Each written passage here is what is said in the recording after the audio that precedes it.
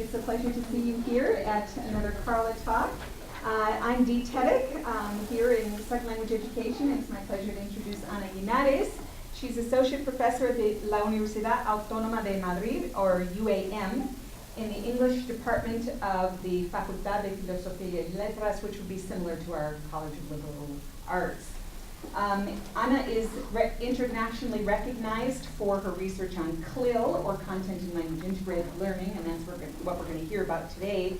She's especially interested in language acquisition and analyzing CLIL classroom discourse, often through the theoretical lens of systemic functional linguistics.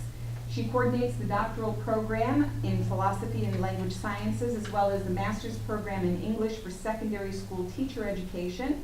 She's also leader of the UAM CLIL research group and has been involved in several European projects on CLIL with colleagues in a number of countries. She's published extensively in the field in many high-impact journals and has co-authored a book titled The Role of Language in CLIL, and co-edited one titled Applied Linguistics Perspectives on CLIL, which received the 2018 award for senior researchers from the Spanish Association of Applied Linguistics. Anna's been invited to speak in many countries around the world, and so we're really fortunate to have her here today as our final presentation of the Carla presentation series for this academic year. I will also say that we have an agreement. Our college has an agreement with UAM for faculty exchanges, and that's another reason why Anna is here. In this talk, she's going to draw on her collaborative research to illustrate CLIL from 3 perspectives. So please join me in welcoming Anna. Thank you. Thanks very much, Dee, for this very warm introduction. I'm very happy to be here. I was here a couple of years ago attending the Carla conference organized by Dee and Roy Lister and her colleagues, and I really had a great time. Didn't really leave the hotel a lot, but the hotel was really nice as well. Okay, so today I want to share with you some research insights that we've obtained from our research project in Madrid. This is the website of our group, the UAM CLIL research group. And I want to look at different challenges that we've had or we have in our particular context and that we decided that we wanted to address in our research. And before focusing on these challenges, I want to stop for a little bit to look at, this conceptual issue of what is CLIL, right? Because CLIL, what is CLIL? What is immersion? What is CBI? I mean, in Europe and in other parts of the world, for example, in Asia, people call their programs, their bilingual education programs or multilingual education programs, CLIL programs, right? So that would be CLIL as a type of program.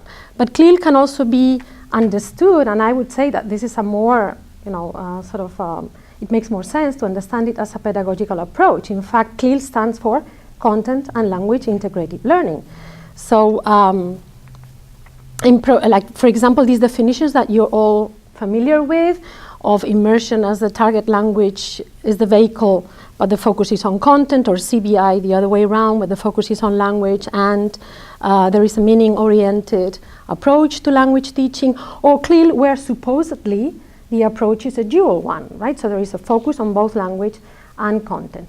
I say supposedly because many so-called CLIL programs do not really implement this approach, right? So it's a more kind of teaching where content is taught in the second or foreign language, mainly English, right? So one thing is the program, what the program is called, which is related to many, it's due to many aspects, many reasons, and another thing is the approach, right, the pedagogical approach.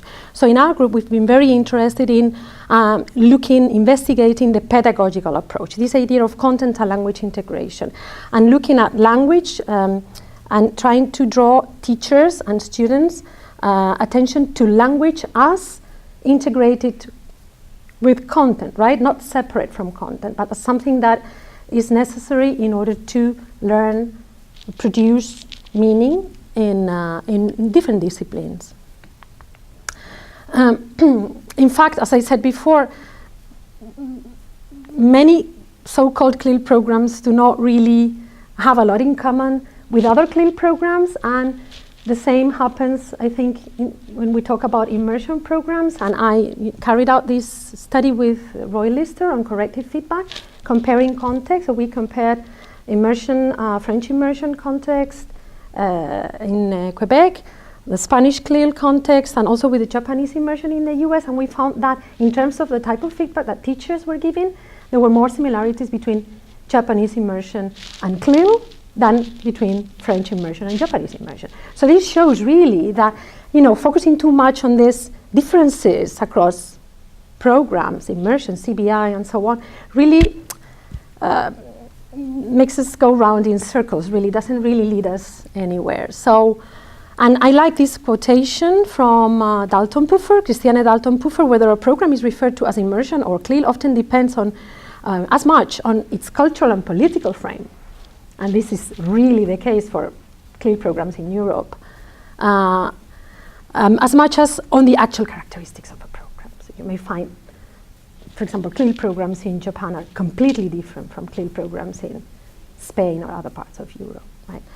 So that's why instead of thinking of CLIL as a kind of program to be distinguished from other programs, we're really interested in our group in looking at CLIL as an approach that looks at language and content in integration. And I came up with this image. If you can find a better one, please let me know.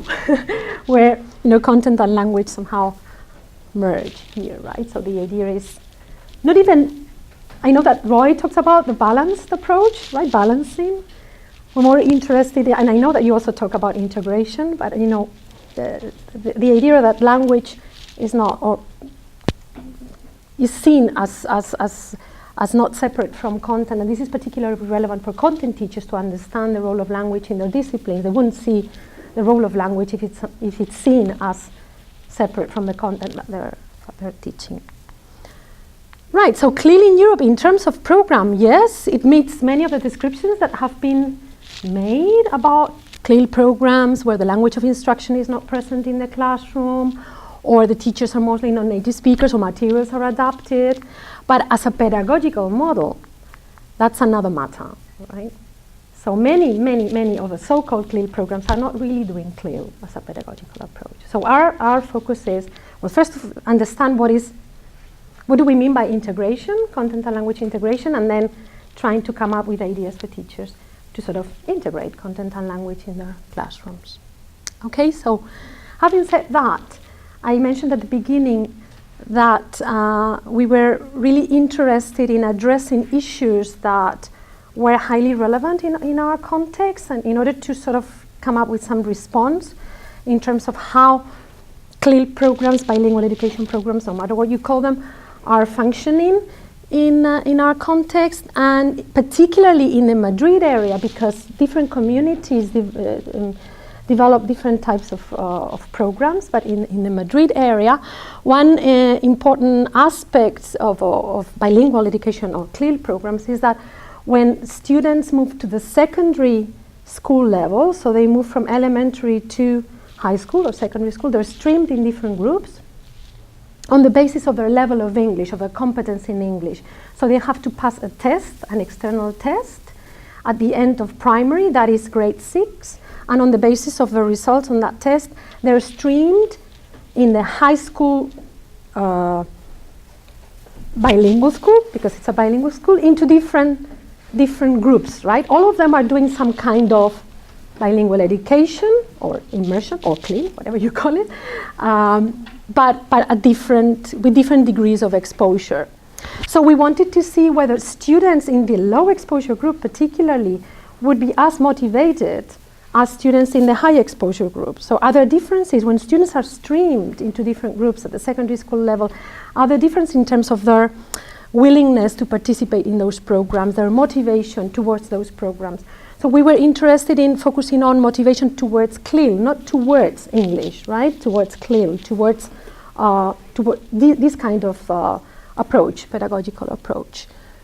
Also, another worry is that we had observed some lessons and saw that in some cases teachers were interacting differently with the students in these different groups, right? So we had same teachers teaching in the low exposure group and the high exposure group, and we wanted to dig deeper into that, right? So it is clear that the two groups are perceived differently, right? So they're streamed. The difference should be based on their level of English, but there were worries out there by parents, also by some students, by teachers, that the low exposure group would be perceived as the lower group, not only in English, but in general, right? So in general terms, like the low performance group, right? So we wanted to dig deeper into that and see whether interactional practices were revealing something. And then, of course, as we're interested in investigating what it means to integrate content and language, we wanted to see how students use language to express academic content and address another worry that is out there in our context, which is, if they're working in a second language, will they be able to express that content in the first language? Many teachers, especially non-believers in bilingual education, are worried, or maybe they want to present that as a kind of, because it's not interesting for them, okay, for bilingual education to grow. This is a matter that can be discussed. But many teachers claim that the fact that they're studying through a second language will lower their sort of skills to be able to express, work, study that very same content in the first language. So we wanted to look at that. Okay, so these are the burning issues that we were interested in. And so we also drew on the idea of looking at integration from different perspectives. This is a publication, a book that was, the result of a research project led by Nikula in Jyväskylä, and where quite a few of us participated. We were lucky to participate in that project and spend some time in Finland, in Jyväskylä, away from our duties in our own country, so we could really concentrate in research. And we spent quite a few months, discussing what we meant by integration, right? So it was, anyway, a very interesting project. And so we came up with this sort of three perspective approach to integration. So integration from a point of view of the participants, teachers, students, and families, okay, stakeholders. Integration from a point of view of classroom practices, and also integration from a point of view of curriculum and pedagogy. This is a broader area, which would also include the use of academic language to express content, okay, different disciplinary content. Right, so drawing on that, we were lucky to get funding for this project that we call CLIL, because we wanted to look at these three perspectives, respond to the burning issues that I mentioned before, but also in the transition from primary school to secondary school, because the students have to pass this test and then they're streamed into different groups, different exposure groups in secondary, at the secondary school level. We wanted to look at this transition and see how students perceived and how they performed in primary, and then the same students in secondary school. So we were interested in the development of students' linguistic competence for expressing academic content in L2 English, but also in Spanish. We were interested in interactional practices across the two groups, and also in stakeholders' perspectives, right? So I'm going to very quickly give you some very brief insights about some results related to each of these three areas, right? Well, first of all, the context. This is Madrid, only Madrid, right? The Madrid area, not only the capital, but we call it the province of Madrid, the autonomous community of Madrid. This map is a little bit old already. They haven't produced a new one. This is 2016, 2017. Already then, there was almost 50% of primary schools in Madrid, almost 50%, now it's over 50%, who were implementing the bilingual education program, CLIL program. Some people call it, the educational authorities call it bilingual education program, but researchers, teacher trainers, I like to call it CLIL programs, because they're thinking of the approach more than the characteristics of a program. But I mean, no matter what you call it, these schools, state schools, participate in those programs are, quite a lot. So that involves a lot of students, a lot of teachers, and a lot of families, okay? And the same happens with secondary schools. So now it's over 50%, and then of course in a capital of a country like Madrid, you can expect a lot of private schools and even elite schools, obviously all of them offering some kind of bilingual education, and obviously through English, because English is like the prestige language, the international language, and this idea of European Union to implement CLIL in Europe in order to enhance the learning of different second foreign languages has not been successful, really, because what has happened is that English has been, the main, 90% or 90, I don't know the percentage exactly, but it's all over Europe, it's mainly about English, right?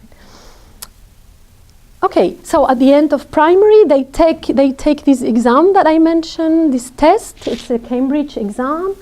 They have to reach at least an A2 level from a common European framework of reference, or a B1 level. If they come from a non-bilingual primary school, they have to accredit a B1 level. If they come from a bilingual primary school, an A2 is enough, in order to be streamed into the high exposure group, right, in secondary school. So they take that test, and in secondary school they're streamed into either the low exposure group or the high exposure group. All the students do some kind of bilingual education, immersion, content, CLIL, whatever you want to call it.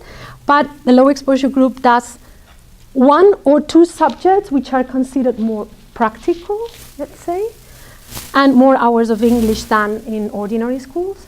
And the high exposure group does that plus natural science and social science. So the courses that are related to natural science or social science, sometimes it's geography, history, biology, chemistry, and so on. Okay, and then another aspect that we also took into account in our research is the test that all students have to take at the end of primary school in bilingual or non-bilingual schools, which is a general competence, a test on academic competencies on maths, Spanish, and culture, social, natural science. Okay, all the students in primary have to take that. Only the ones in bilingual schools have to take this, right? So this is to give you a little bit of the idea of a context. Right. So let's then focus on one of the areas, stakeholders' perspectives. We interviewed parents, teachers, school boards, and students, and we also gave the students a questionnaire. I'm going to give you or share some results with you on the questionnaire data, okay? On motivation, remember, towards CLIL, not towards English, but towards studying in that kind of sort of educational context. We actually published that with Thomas Sommers recently. So we were interested in students' motivation. We were interested in the difference across these 2 groups, the high exposure and the low exposure group. So in a way, in other words, is it worth streaming the students into the 2 groups? Because if a low exposure group are going to be much less motivated, then maybe, we should think about another system. And then also, whether motivation was related to the English language proficiency that students showed in that test that I mentioned before. So, well, here what I wanted to say is call your attention to the fact that we're looking at motivation towards CLIL, not towards a foreign language. There are a lot of studies that have looked at motivation, bilingual education students, immersion, CLIL, whatever students, motivations towards the language, compared to non-bilingual, non-CLIL, but we wanted to focus on motivation towards this kind of education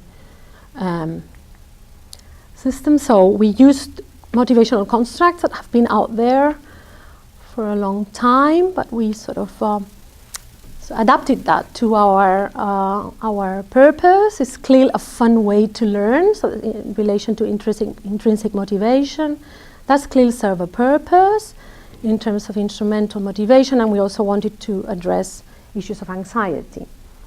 So what we found, okay, so we had 157 students in grade 7, all the students in that school, or almost all, you know, you get those that maybe were away that day or didn't come to class or whatever. And so we used scales, and we adapted the items to reflect the integrated focus. And we also had open questions where we asked them about motivation and anxiety, asking them to think of, because this was the first year of secondary school, so we asked them about their experience in primary school compared to secondary school. So just as an example, instead of I really enjoy learning English, we, you know, sort of adapted the items into I enjoy studying subjects in English. So these are some of the results. The students were motivated, both intrinsically and instrumentally. Oh, the green parts are, you know, totally agree or agree. So they were motivated in general, more instrumentally motivated, but also intrinsically motivated.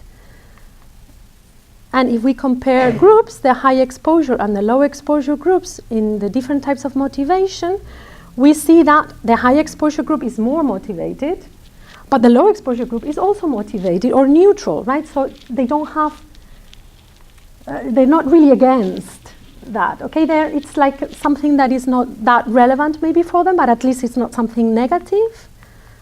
And for example, in the high exposure group, the ones that did not show intrinsic motivation sometimes argued it requires more work, it's more difficult, I don't like English, or I don't exactly see the point of teaching geography in English. Okay, remember that many students did not decide themselves to be there, but it's their parents that are interested in their attending these kind of schools.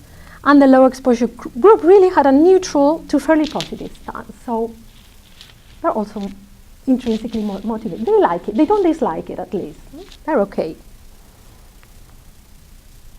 Right, and what we found that the students with higher marks in English external exams had more fun in CLIL classes, which makes sense.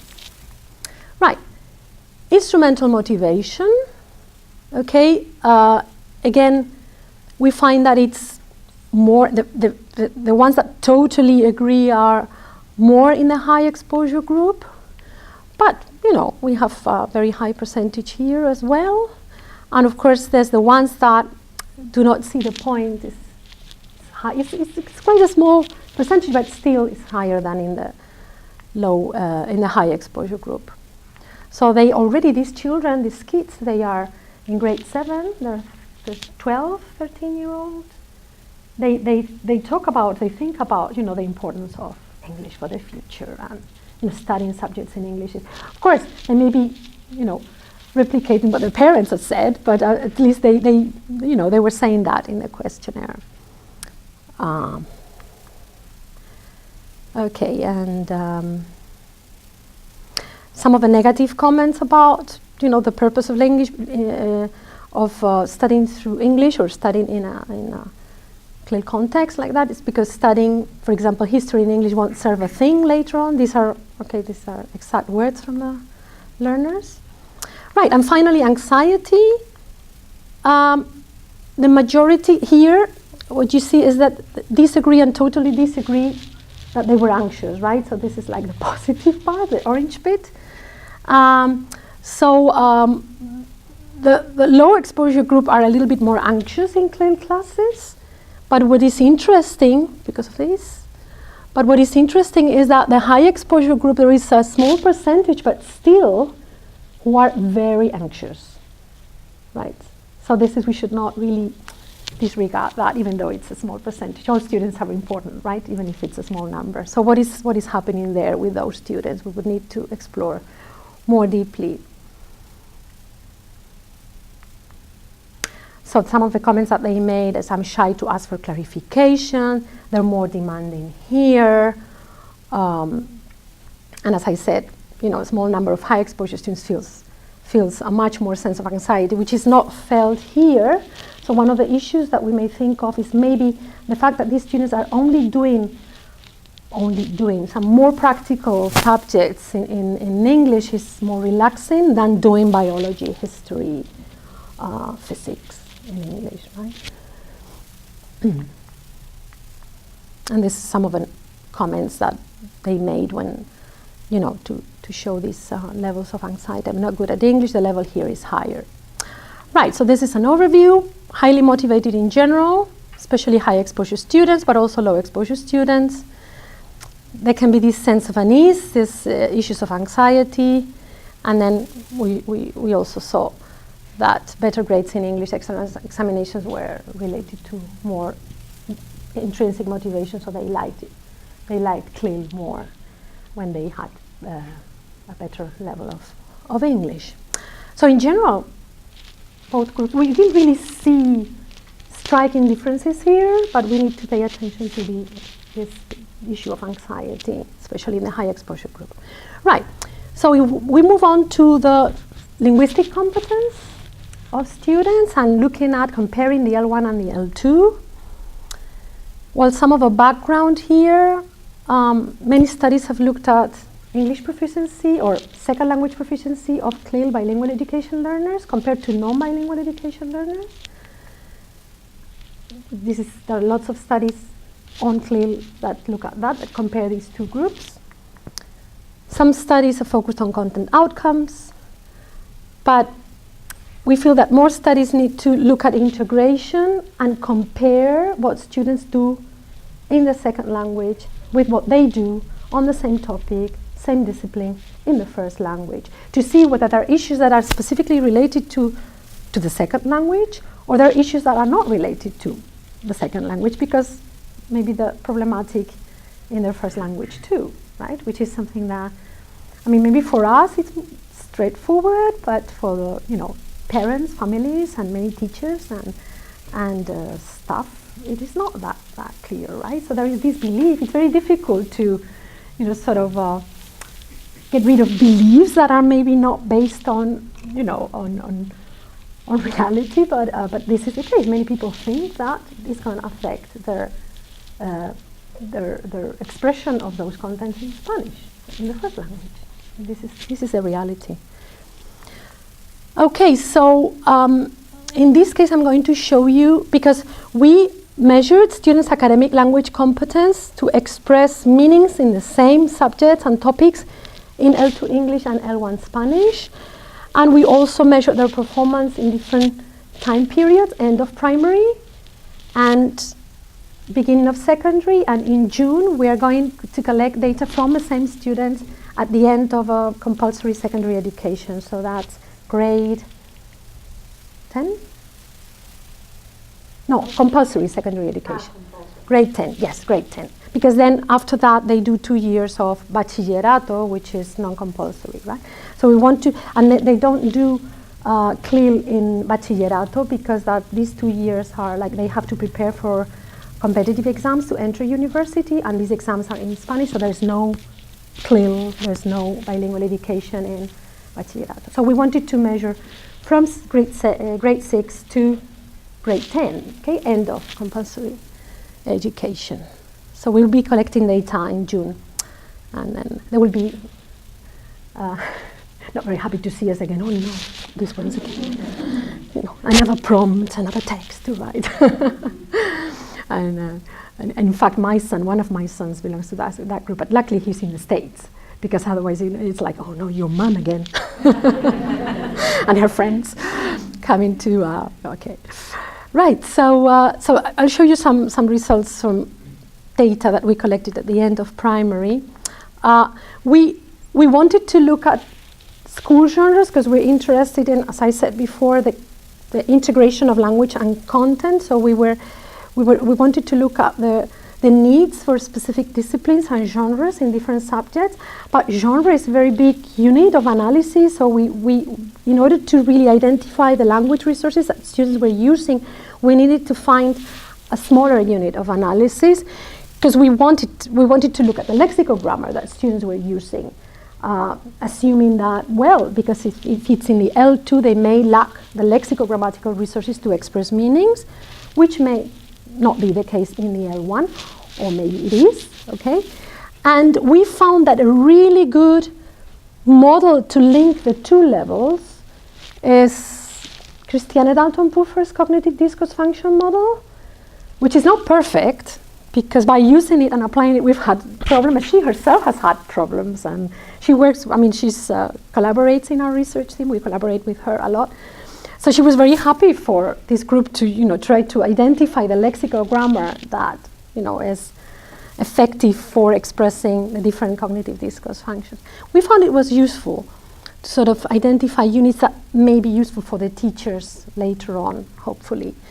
I don't know if you know the model, but this is the model of 7 cognitive discourse functions that she identified after deep research in mainly Austrian CLIL classrooms. And so we decided we wanted to try and make sure, to try to get the students to produce academic content in English and in Spanish, trying to cover all these different cognitive discourse functions so that we could compare their production, longitudinally. So some of us have worked on define. I'm going to present some results on define just to give you an example. But Christiane and another colleague of ours have worked on classify. I've worked with Nashua on define, and then with Tom Morton on explore. So we are looking at the same data, but like we're specializing in different cognitive discourse functions, right? To see how students, and also to try to come up with a model that can give us an idea of a lexical grammar that is used and most effective to produce these functions, right? So we're working on that at the moment. So just an example of how we collected the data. We gave this, in collaboration with the teachers, we designed prompts, and these prompts were related to topics that they had just studied. For example, in grade 6, they studied the ecosystems, and also the teachers gave us tips about what topics they thought that the students liked more, so that they were, eager to write and talk about them, because otherwise we wouldn't have had the data. So so it was decided that ecosystems was a topic that they liked. So we developed this type of prompt with the teachers for the written production. We asked the students, we asked them to imagine that they were an advisor for Greenpeace, and that they had to write an internet blog about the ecosystems. We were lucky that they had just been on a school trip to Cáceres. You may know Cáceres, in a very sort of beautiful area with lots of, like a kind of countryside area, landscape, and very different from the city where they lived, right? So we took that opportunity to sort of elicit, for example, classify, compare, because we asked them to compare the ecosystems of Boadilla, this is the city where they live, and Hervás, which is this place where they went. So we tried to sort of make it fun, a fun prompt, like they could invent animals and describe them. So that would be describe another cognitive discourse functions, discourse function, compare, explain the reason why this is the best ecosystem for your animal. What will be the effects? That would be explore, something that is potential that you don't know. What will be the effects to the ecosystem after the animal has been introduced, and so on, right? So we asked them to write about that. Of course, we encouraged them to make sure that they included all this information in their writing so that we could see how they conveyed these cognitive discourse functions.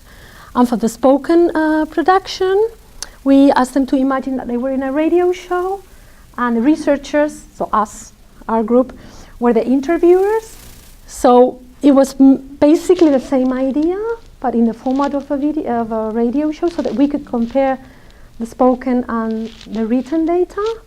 At some point, they worked in pairs. They discussed one of the questions in pairs. Do you think it's important to protect the environment? Which is evaluate and argue. Why not? How would you do it? For example, in Boadilla, okay? Remember that I said before that we also asked them to produce in Spanish. Of course, we couldn't ask them to produce 4 times on the same topic.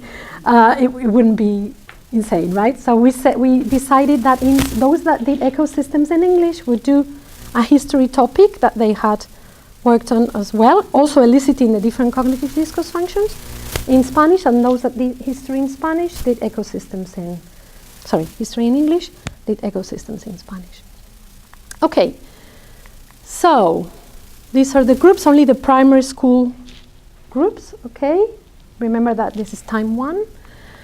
And in terms of definitions, we wanted to compare languages, we wanted to compare modes, spoken and written, and we wanted to also correlate the results, so see whether those that were better at this general academic test at the end of primary performed better in the response to these prompts, right, in terms of a CDFs that they produced.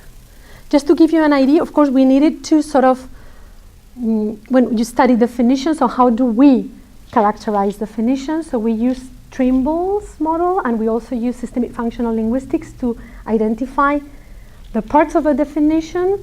So what a definition consists of. We didn't look in this case at the actual lexical grammar, but at the different functions of different components of definitions. So for example, typically a formal definition, I wouldn't say good here, but we can discuss this later.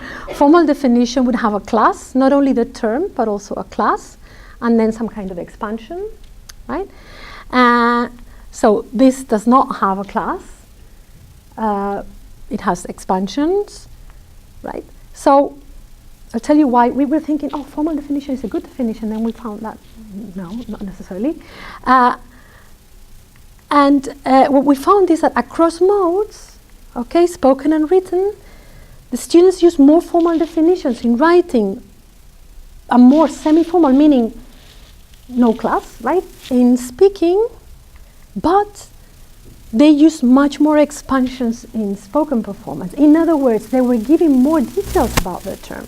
So this shows how important it is to get students not only to write the definition, but also to verbally, show what they know about the term, because they're gonna, it triggers more information from them, even though maybe the definition is not considered canonical definition, right? But they say more things.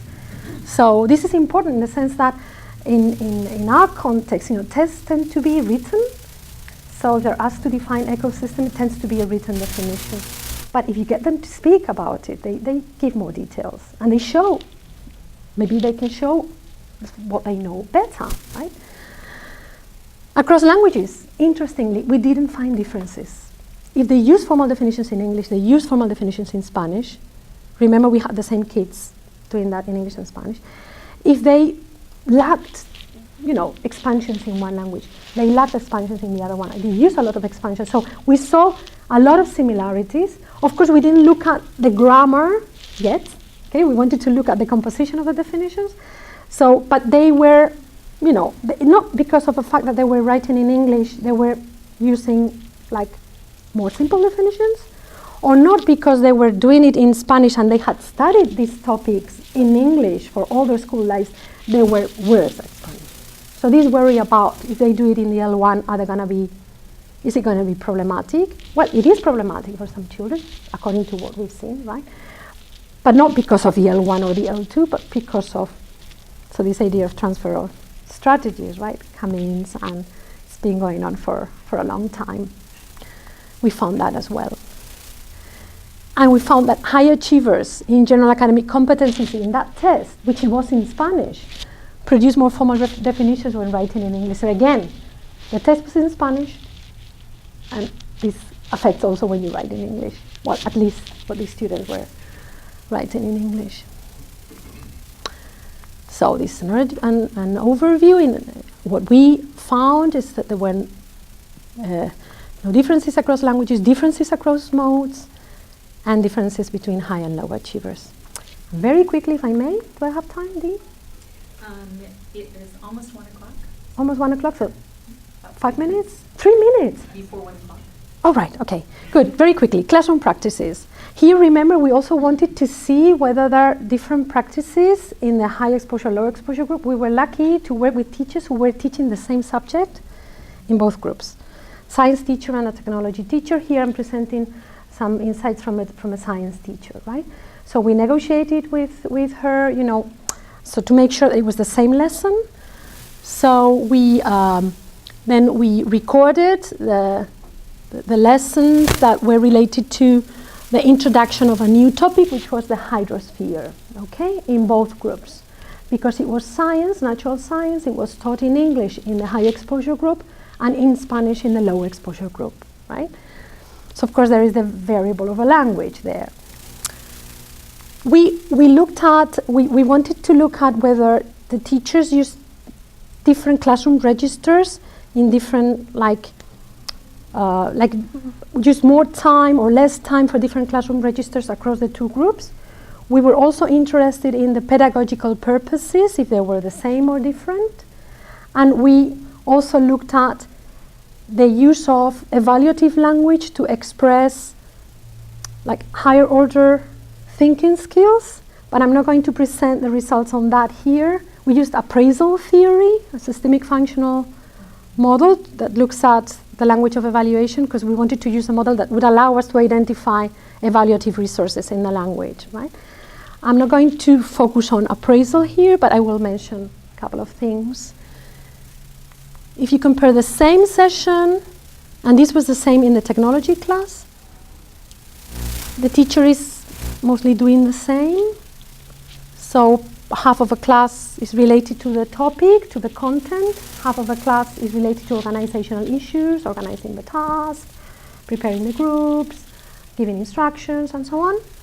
I don't know if you're familiar with this model by Frank Christie that distinguishes instructional register is the time used in class to focus on the specific content, and the regulative register to focus on the organization of the groups and activities and so on. So the teacher, although the teacher was using the L2 here, she's a non-native teacher, this is an interesting also issue. She was happy to use the regulative register as well as the instructional register, and there was a little bit of social talk, which was nothing to do with the actual topic at hand. Now, episodes. Of course, as the lesson was introducing new content, we wanted to see how the teacher introduced this new content. And interestingly, she co-constructed this new topic with the students, right? We were really happy to see this. Okay, and there was a little bit of lecture talk, but most of it was co-construction. But then if you dig deeper into the way this was co-constructed in the high exposure group, even though this was taught in English and the low exposure group was taught in Spanish, there was slightly more of exploring students' views, and in the low exposure group, more of checking previous knowledge. So it was a little bit more towards a factual approach here, and a more exploratory, leading to higher order thinking skills there. So it was interesting. We found an interesting example that I wanted to share with you, where after a video that they've seen on the hydrosphere, the teacher in the high exposure group asks these questions: which of the messages they're saying you think is the most important? Right? So you think is the most important. In a way, different ideas are, so it's dialogic, right? So what do you think? And the students, and this has interesting implications for language use, that without water we cannot be alive, the use of modal verbs, which are problematic for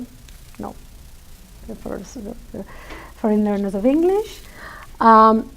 We couldn't be alive, so there is a recast here that the teacher is using.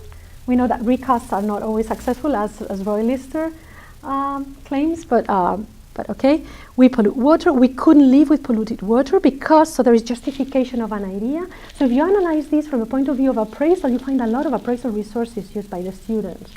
Justification here, couldn't, this is engagement, cannot be alive.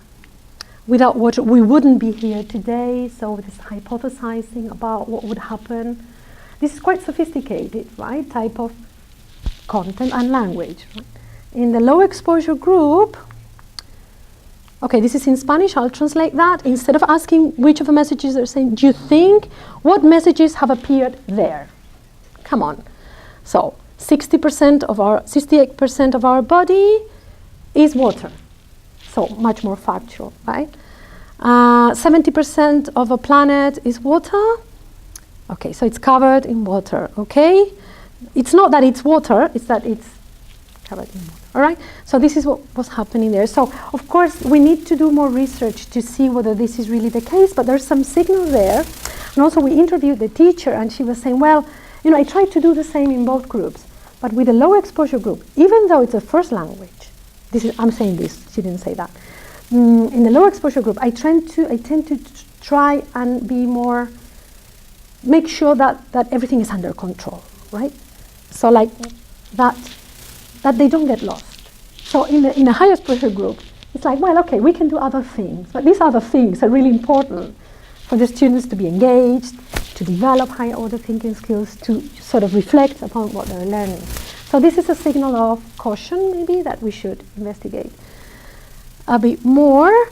So just to sum up, in terms of motivation, we found that this streaming into the two groups looks okay in that sense, that all the students are motivated.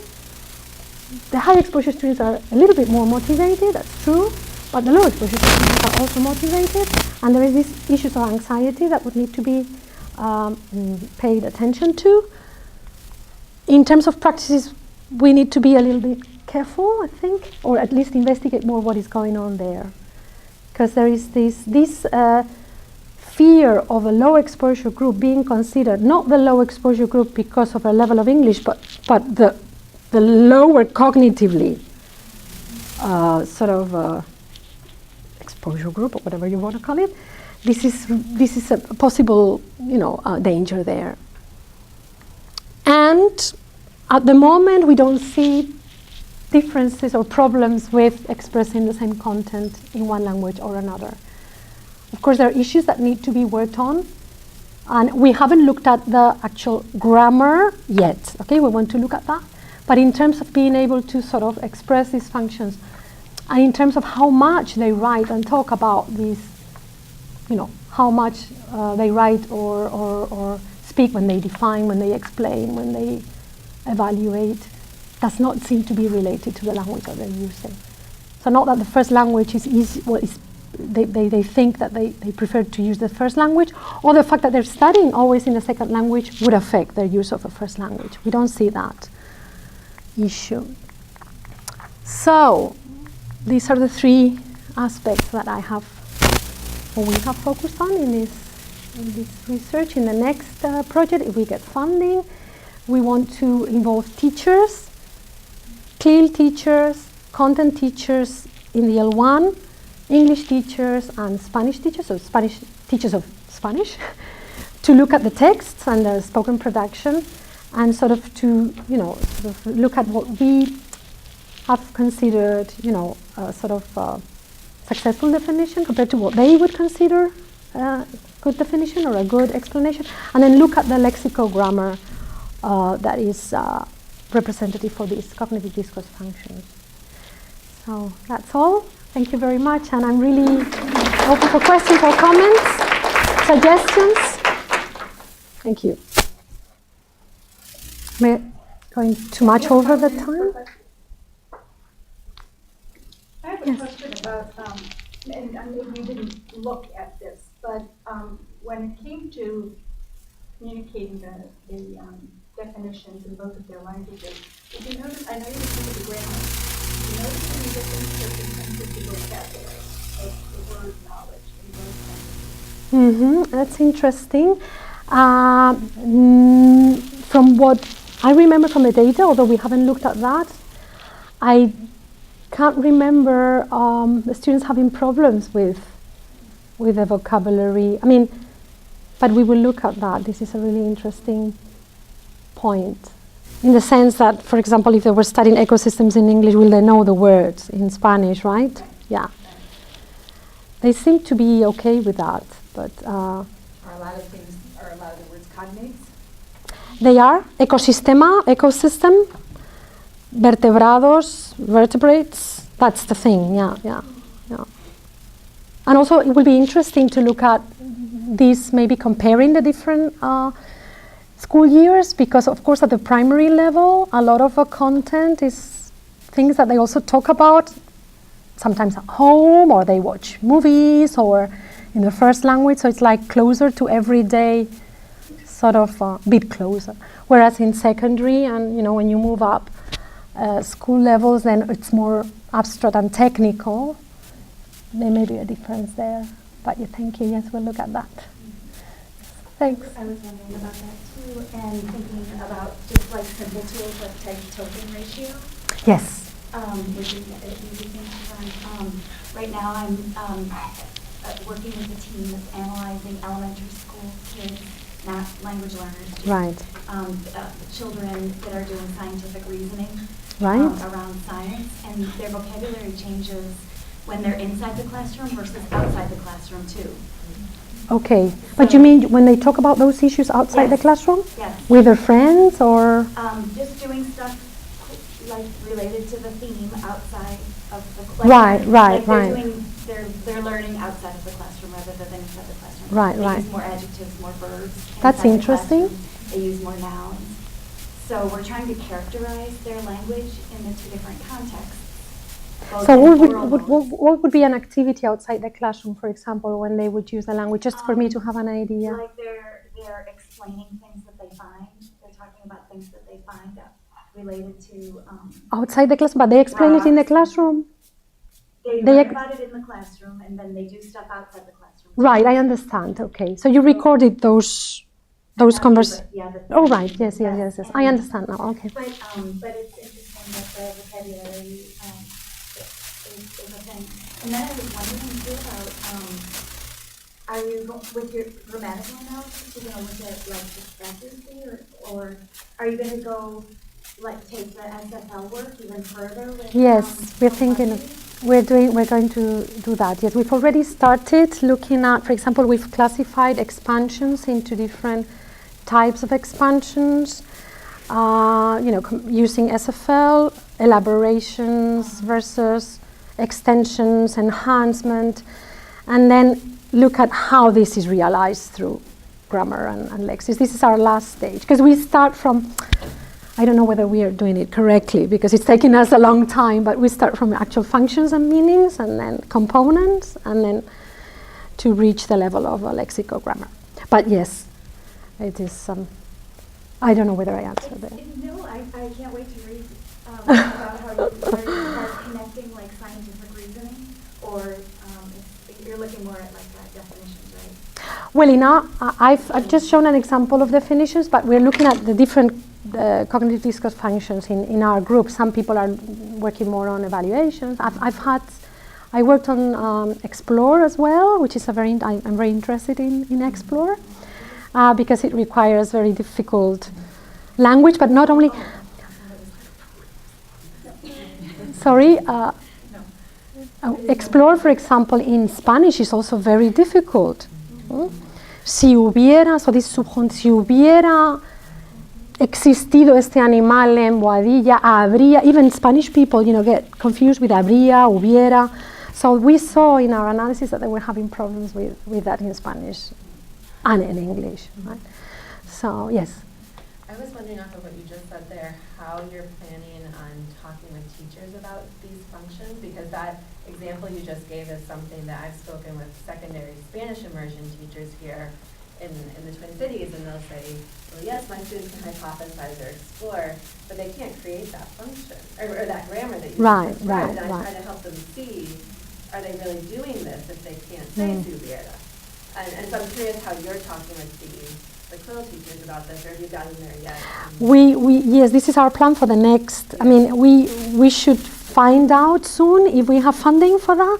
But even if we don't have funding, I think we're gonna do it anyway, because we have some teachers who are really keen on doing, and we already have the data there that they can look at and we can discuss. So I think we will do it anyway. Hopefully next year. So. And you're planning on showing them the classroom data and Yes. analyzing it with them?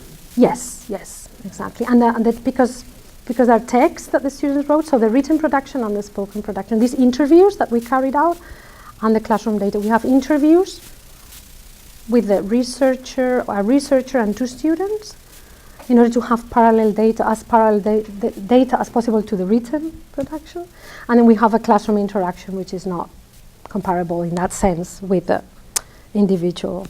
Because it's a longitudinal study, we wanted to track the students as well. So if you're happy to collaborate, you're more than welcome, because we have a lot of data.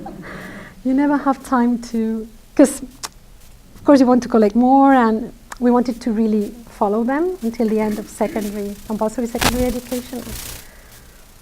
There's no time. So honestly, if somebody is interested in participating at some, we don't look at accuracy, for example. We're not an accuracy group. So if somebody is interested in accuracy, we are happy to have you in and collaborate. As Dee said, we have this agreement.